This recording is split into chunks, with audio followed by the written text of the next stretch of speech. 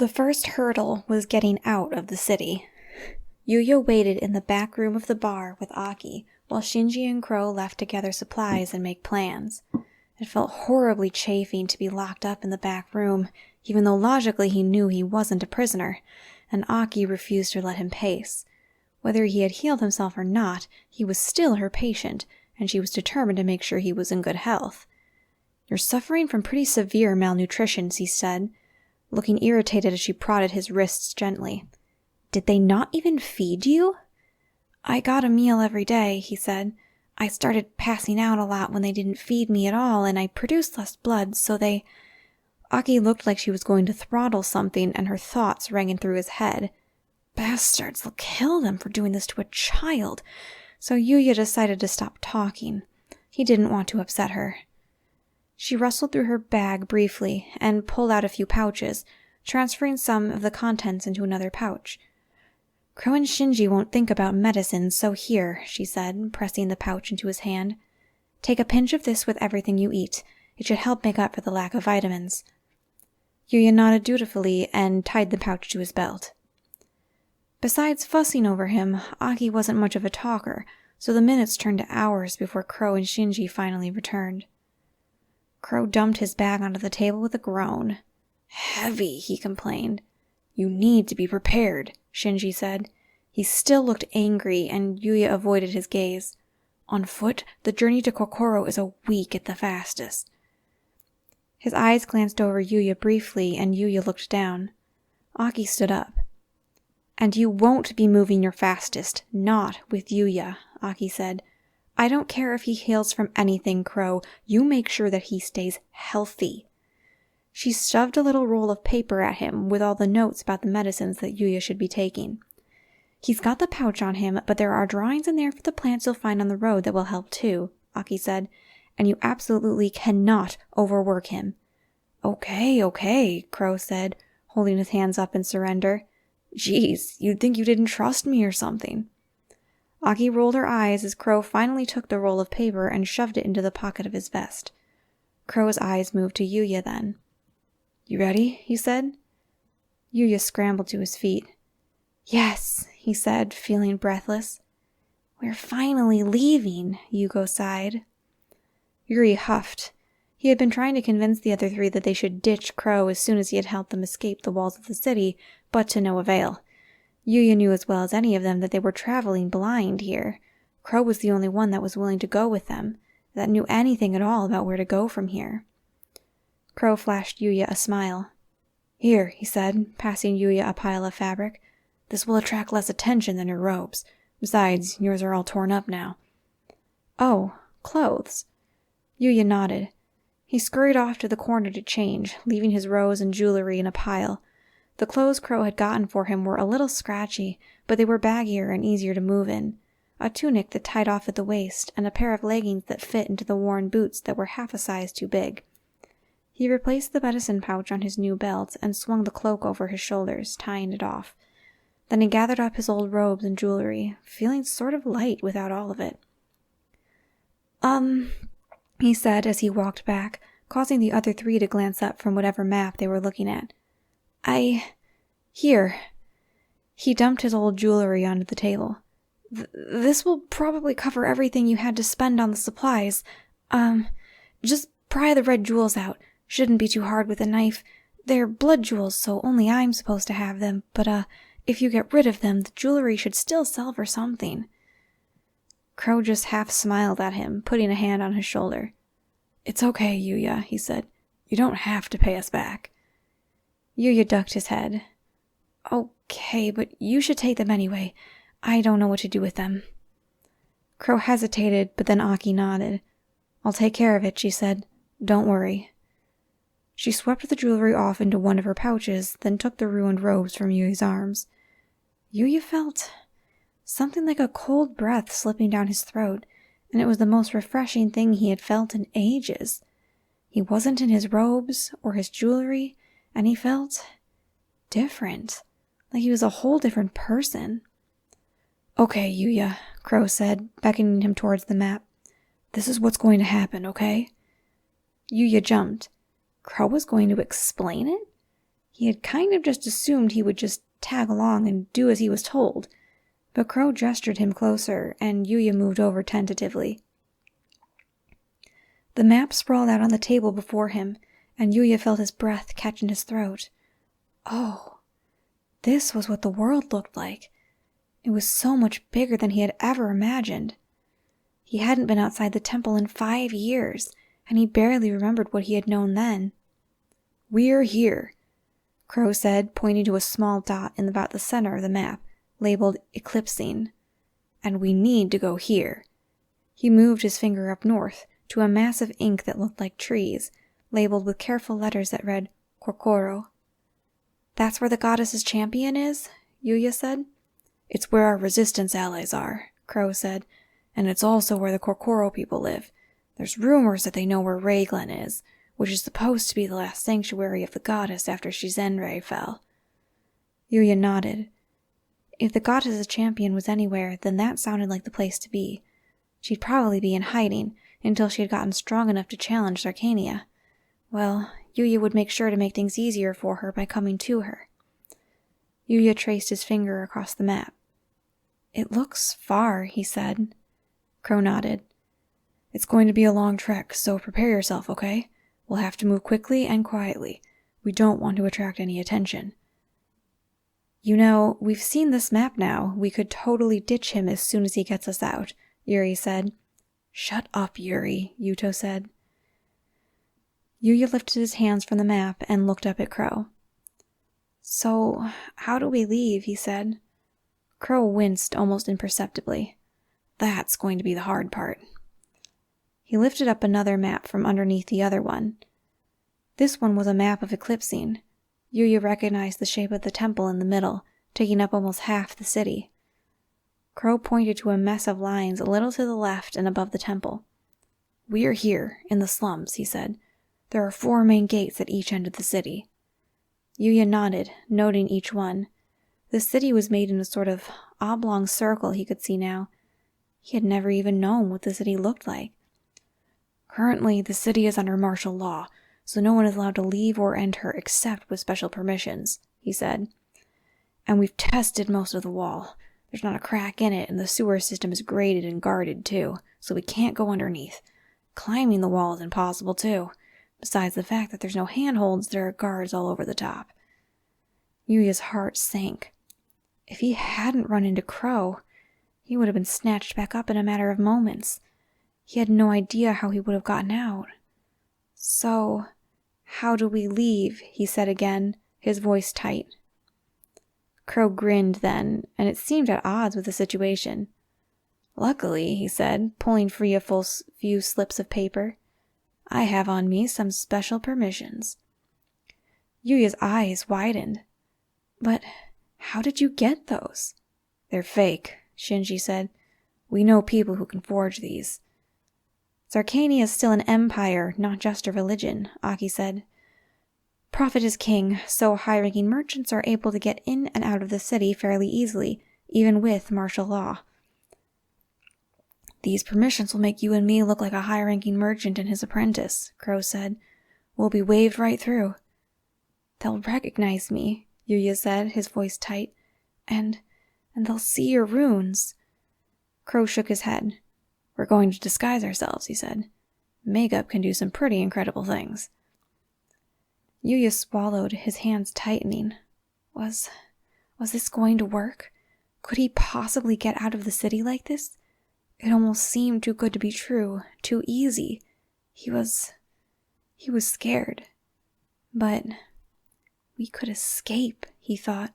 We could really, actually escape. His heart panged with longing. That world outside the wall of the city, what was it like? He looked back up at the 3 of them. His hands tightened. "Okay," he whispered. "Let's do it."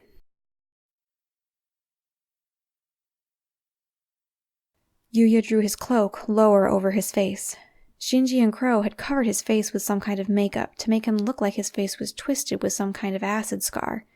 He still felt vulnerable, clinging to the edge of Crow's cloak as they made their way through the crowd. There were people everywhere, jostling, shouting, shrieking. People who wanted to know why they weren't allowed to leave, who wanted answers about what had happened at the festival, who were scared and confused and angry.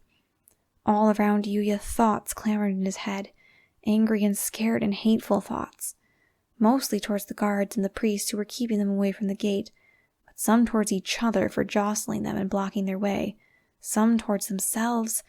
It was all too much, and he felt like he was choking.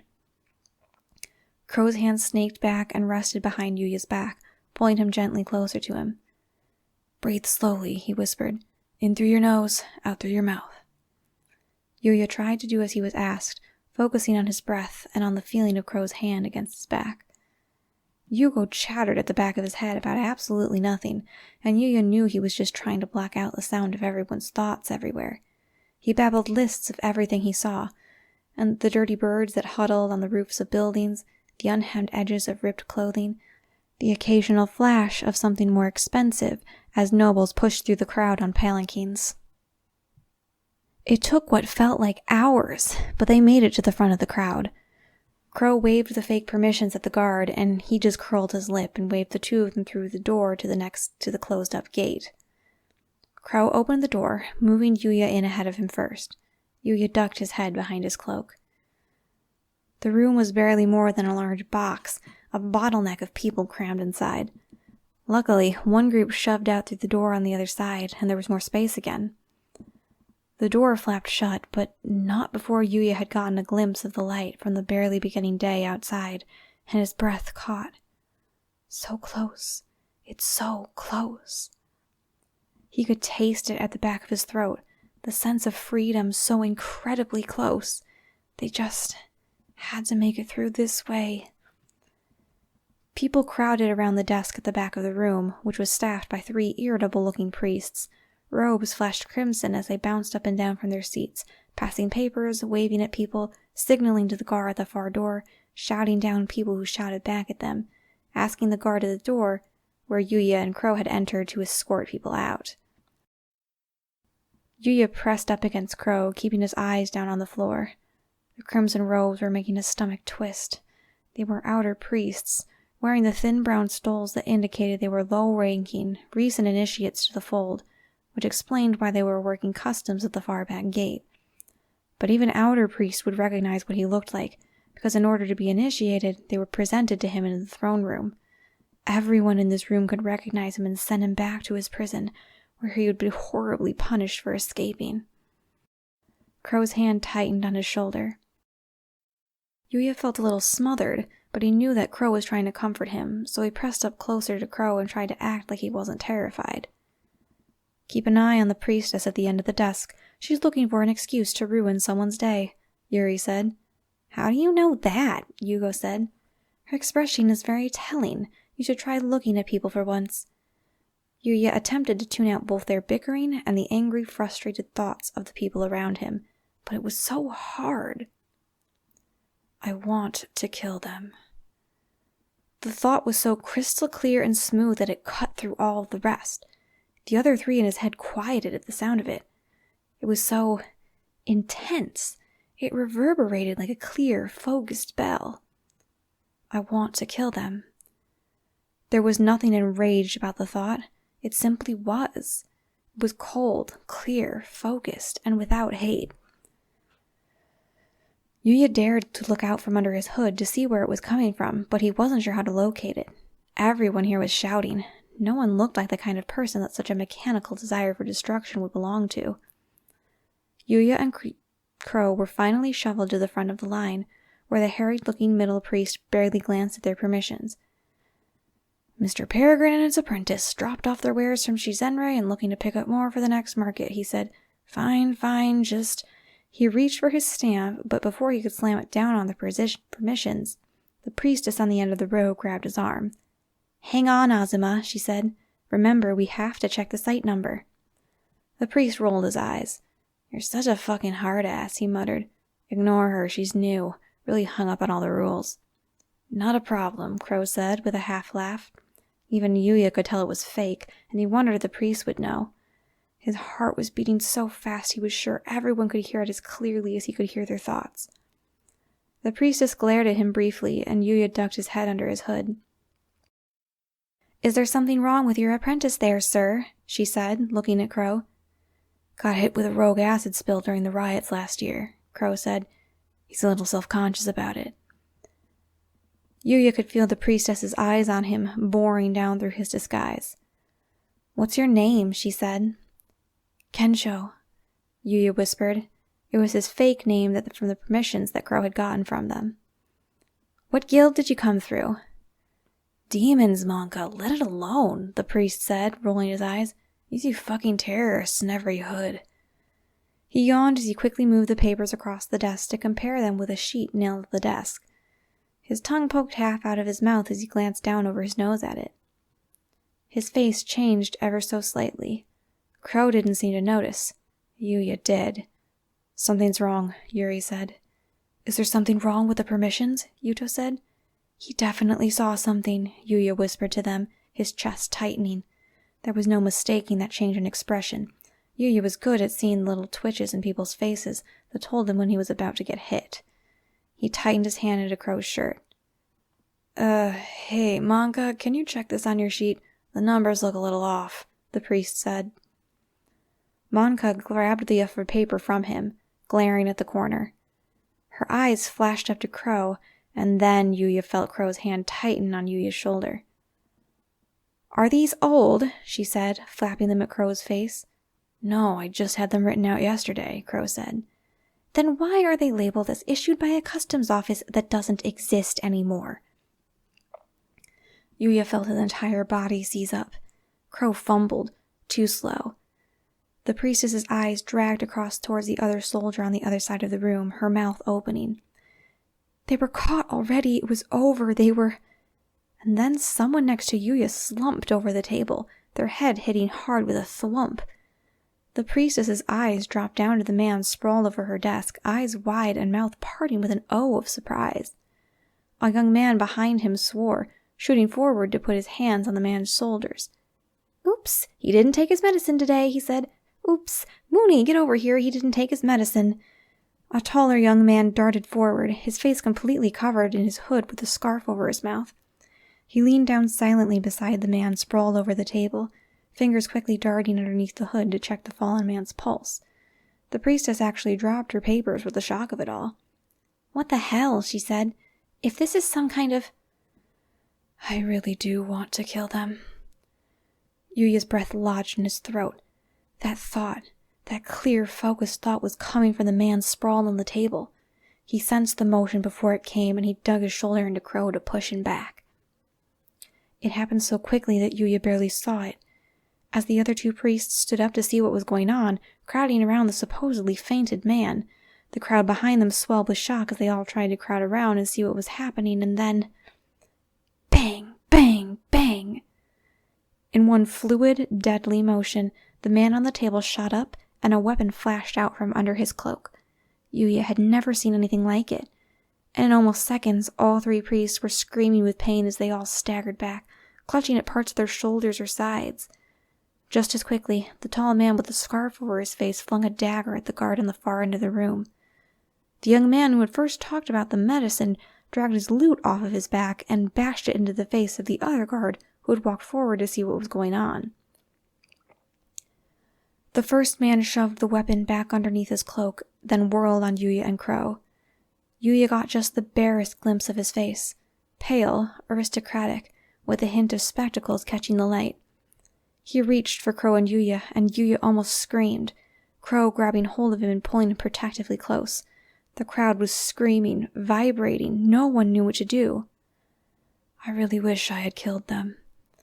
The same thought, over and over in the other man's mind. Was he talking about Yuya and Crow, or was he talking about the priests? Whatever he had done to them, they were still alive, and they were struggling to get back to their feet, fumbling for their demon bracers.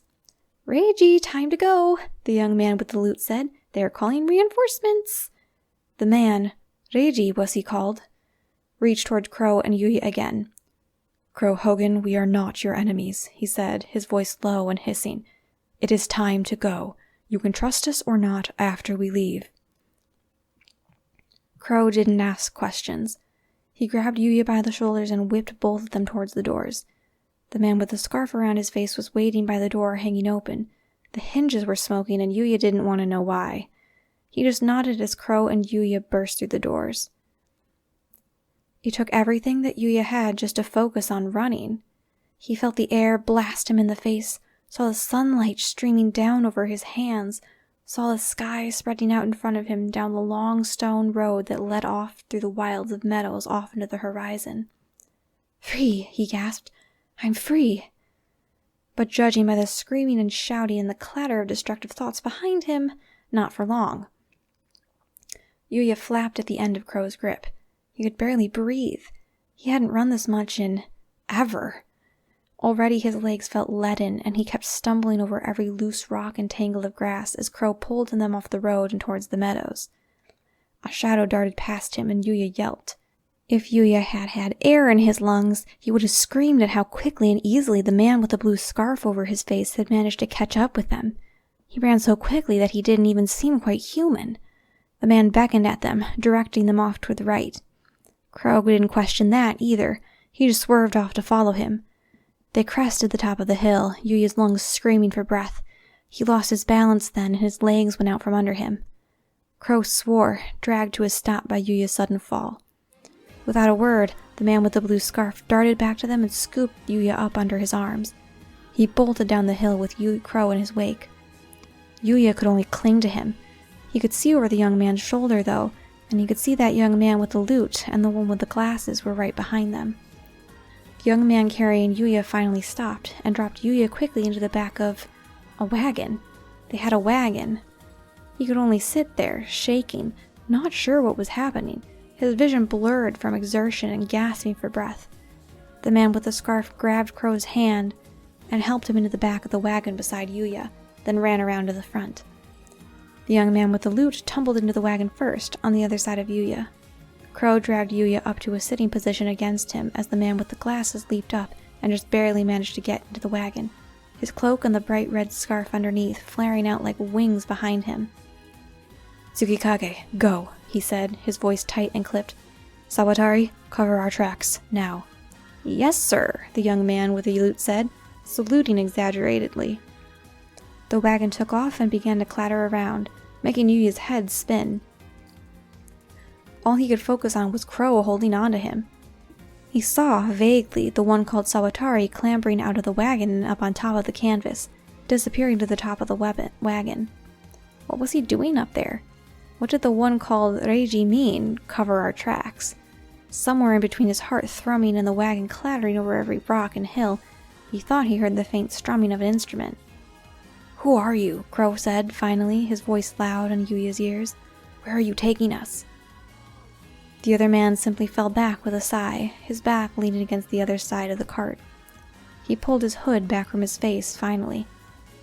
His gray hair was a bit mussed from the exertion, and his glasses were crooked over his violet eyes. He fixed both, though, adjusting his glasses and running one hand through his hair before raising his eyes up to Crow and Yuya. "My name is Reiji," he said, "and I'm here to help you."